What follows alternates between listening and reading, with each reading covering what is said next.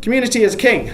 So the only thing that matters about anything we do is that we build a community out of it. Like, the events aren't the point. The events are a way of getting people in the door. We have at Tech Nottingham, we have a talk from an interesting speaker, something people want to hear about. At Hack 24, we'll do a coding competition, we'll put up some nice prizes, a big flashy video. That's not the point. The only thing that matters is community. And not in like a woolly way, in a very, very specific way. So I'm going to talk a little bit, first of all, about why that's important. Communities matter, because so why bother with a community, right? Who cares? So you could just have people carrying on doing tech inside their businesses, but like, people tend to live in these little bubbles, right? So all of these people, I wish I had a laser pointer right now. All these people in this bubble here, they know each other, and they talk to each other about, like, look, we're going to do this thing, we're going to use this tool, we're going to recruit this person, this is what we're going to do in our business. But they don't know the people over in this company over here who are also talking about this thing and this thing, and basically the availability of information, of support, and of opportunity is just can be multiplied by the number of people in that circle.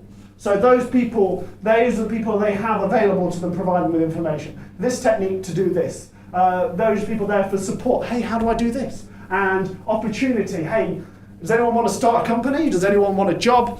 Great. So as long as those people are in those little bubbles, then the opportunity and the value of those people's intellect and expertise is limited. So our philosophy is we need to break open those bubbles, right? The number of if this person now can speak to any of these people about opportunity and support and information, then suddenly the availability of that stuff is multiplied. The value of that is multiplied. So yeah, that's our realization over the years. That actually what we really need to do is to to break open these bubbles and have people know each other. So we're technical people, so we boil this down to a recipe.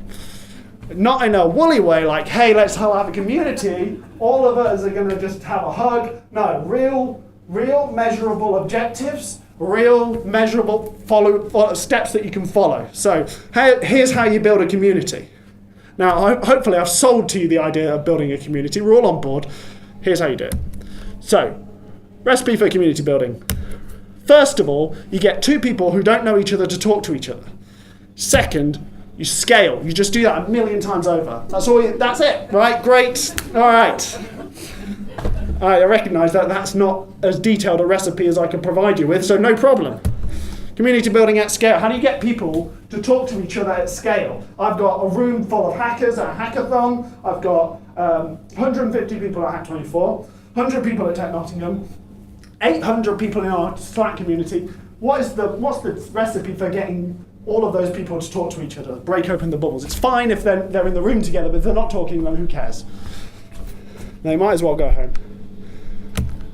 So, first of all, you create the opportunity. So that means you get them either physically co-located in the same room, like all of you are, or we get them online together virtually co-located. So they have opportunity to talk to each other. So that means, so I am in conversational distance with you. That's what, okay? No opportunity yet.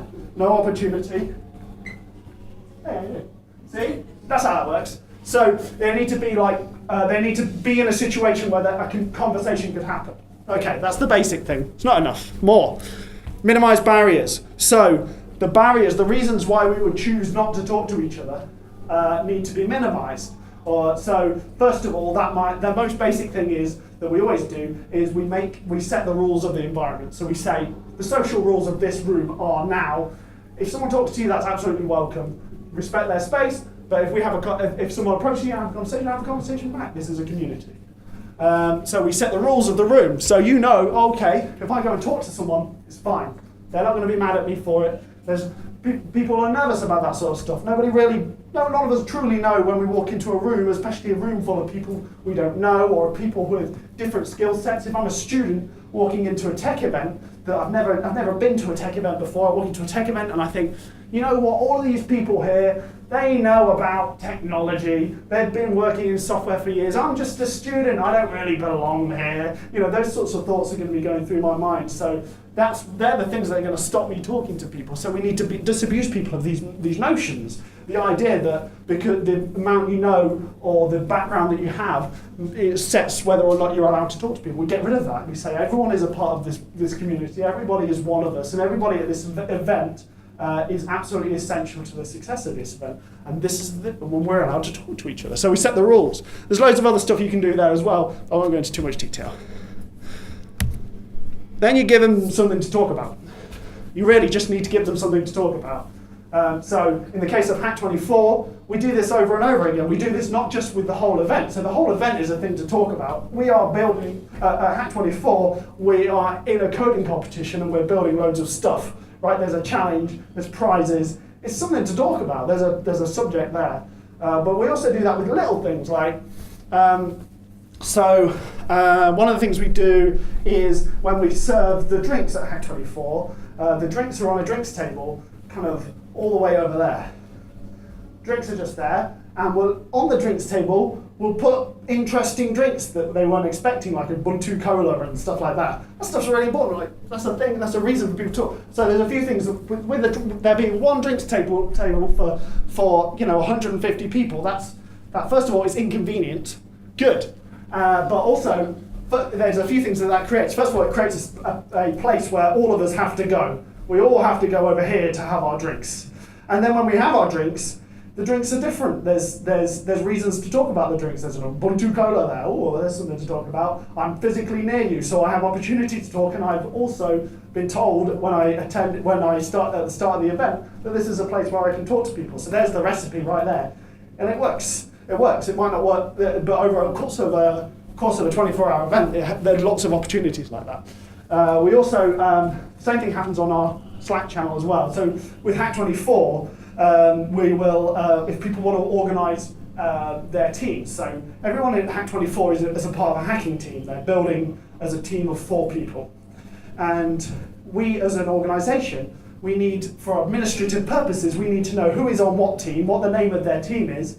And we'll also need to know things like what challenges they're entering, and just fairly boring stuff like that we just need to know that stuff. So we thought, well, how can we do this in a way that serves our aims of getting people to talk to each other? So what we did was create a bot in our Slack channel, which they have to talk to in front of other people in order to create their teams. If they had to go away to a website and do it, it wouldn't work because there wouldn't be any reason to talk to each other when they did that. So we created a bot, and they talk to the bot and they say, okay, Hackbot, create team, blah, blah, and they give the name of their team, and bot goes, okay, and gives them a nice response. And then they have to create a motto for their team, and then they add people to their team. They do it in front of each other so that in a public room with all the other hackers on the Slack channel. This is before the event has even started. And then there is reasons for people to talk to each other. They come up with a funny team name, they come up with a motto, it all works.